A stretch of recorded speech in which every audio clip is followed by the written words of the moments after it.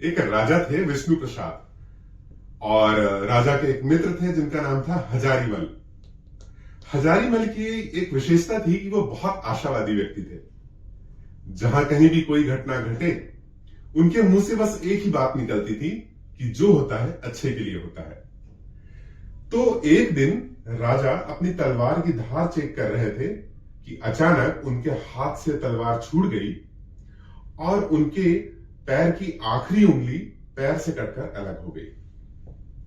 हजारीमल ने कहा, जो होता है अच्छे के लिए होता है। अब राजा का गुस्सा 7वें आसमान पर। राजा ने तुरंत अपने सिपाहियों को बुलाकर उसे जेल में डालने का फरमान सुना दिया। जाते जाते हजारीमल फिर बोल पड़े कि जो होता है अच्छे के लिए होता है। बात आई गई हो गई। कुछ दिन बीते और एक दिन राजा अकेले ही शिकार के लिए निकल पड़े। शिकार का पीछा करते करते राज्य की सीमा से बाहर चले गए, बारिश और तूफान में फंस गए, जंगल में अकेले रास्ता भटक गए और रास्ता ढूंढते ढूंढते उन्हें किसी कबीले वाले ने पकड़ लिया और बहुत खुश हुए कि वे अपनी देवी को बलि देंगे।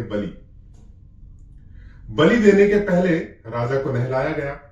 तभी किसी की नजरें राजा की कटी हुई उंगली पर पड़ी। उसने फौरन अपने कबीले के सरदार को बताया और सरदार ने कहा कि यह व्यक्ति खंडित है, इसलिए इसकी बलि संपूर्ण बलि नहीं मानी जाएगी। और उन्होंने राजा को छोड़ दिया।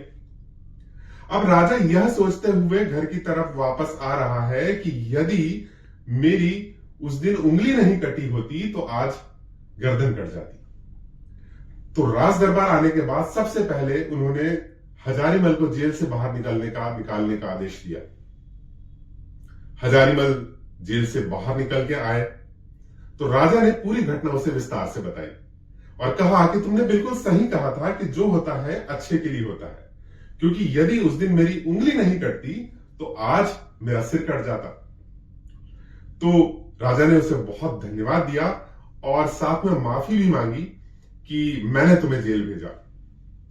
फिर अगले ही पल राजा ने हजारीमल से कहा, हजारीमल एक बात बताओ, जब मैंने उस दिन तुम्हें जेल में भेजने का फरमान सुनाया तब तुमने जेल जाते समय यह क्यों कहा कि जो होता है अच्छे के लिए होता है, क्योंकि जेल जाने में तो कुछ भी अच्छा नहीं होता।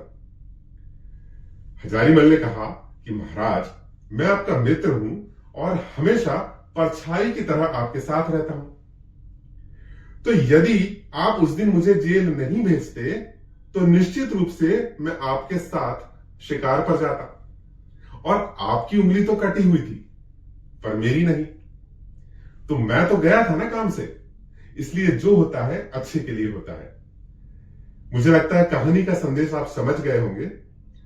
हमेशा आशावादी रहें, बी पॉजिटिव।